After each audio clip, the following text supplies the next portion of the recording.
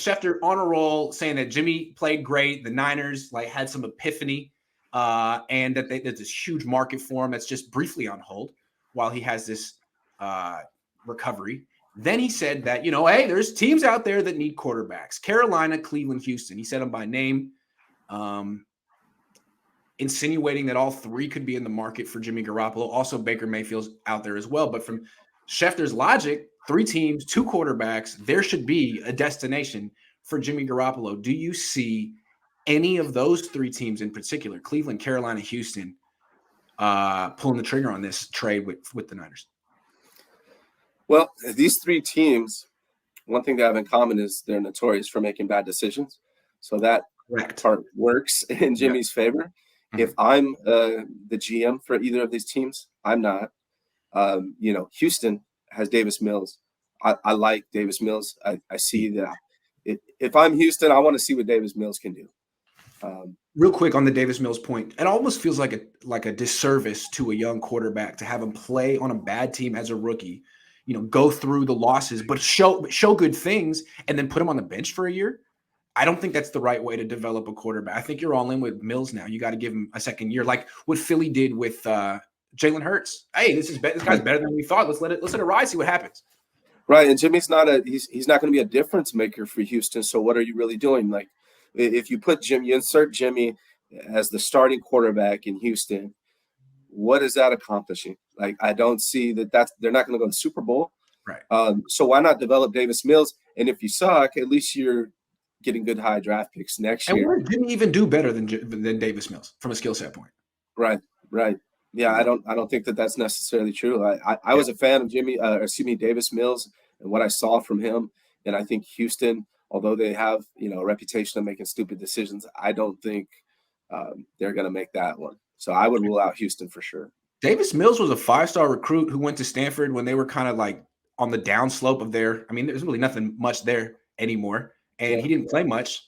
So I guess he fell because of that. But, he had a lot of hype coming out of high school.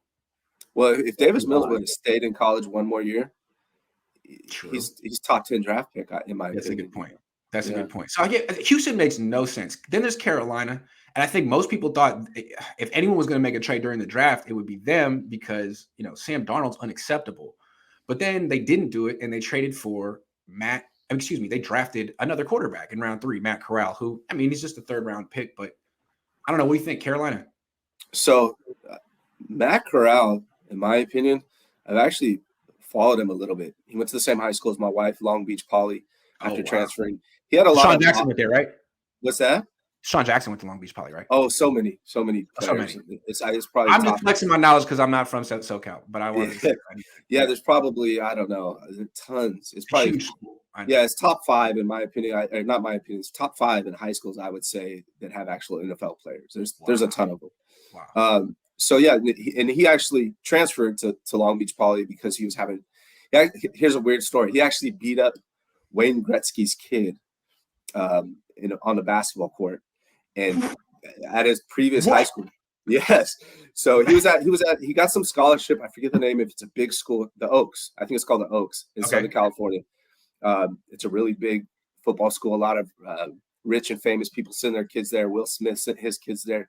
Wayne Gretzky sent his kids there, and he actually beat up Wayne Gretzky's kid on the basketball court. Wow, is the story. So anybody can get these hands, apparently. he apparently has. They try to blow it up. From my understanding, it's just a lot of the media kind of just ruined this kid's reputation. He really didn't do much wrong. My reputation was ruined from fighting. I would have a horrible reputation. We grew up in the Bay Area in the 80s. Everybody fought. So it's not the worst thing that a kid in high school can do. But this kid, to me, is actually really talented. I think he's very underrated.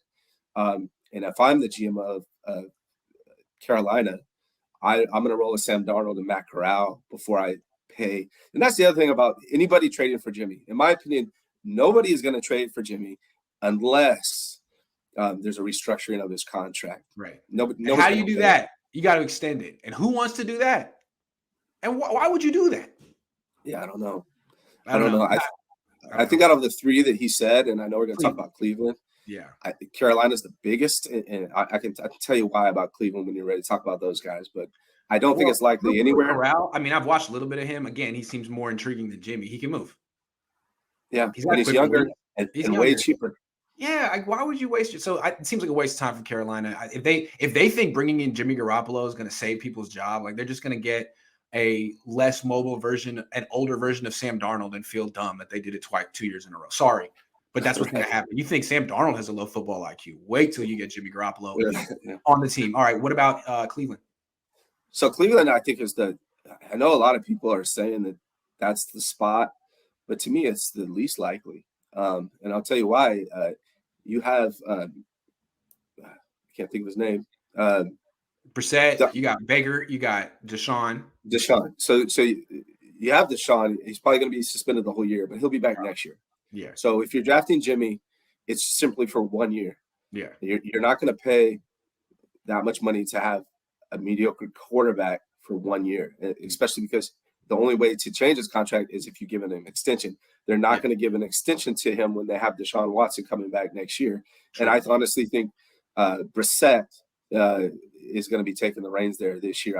I don't see why they would need to go with Jimmy. I think Brissett is definitely a serviceable quarterback as a gap stop 1 year quarterback.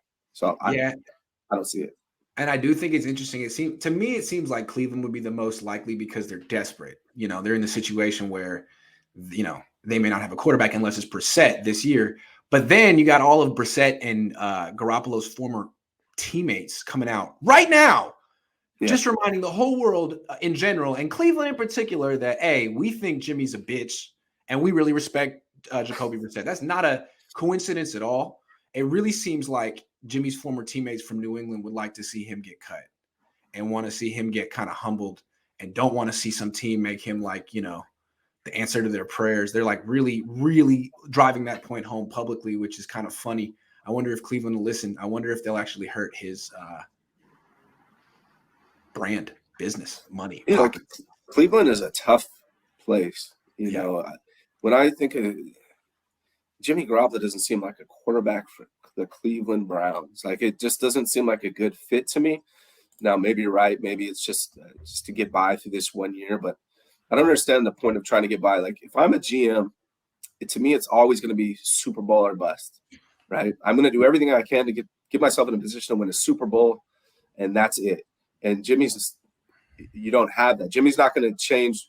Jacoby Brissett, maybe Jimmy gives you 1 or 2 more wins a year, maybe, but it's not going to get them to the Super Bowl. I don't see the point of paying them that much money to do that.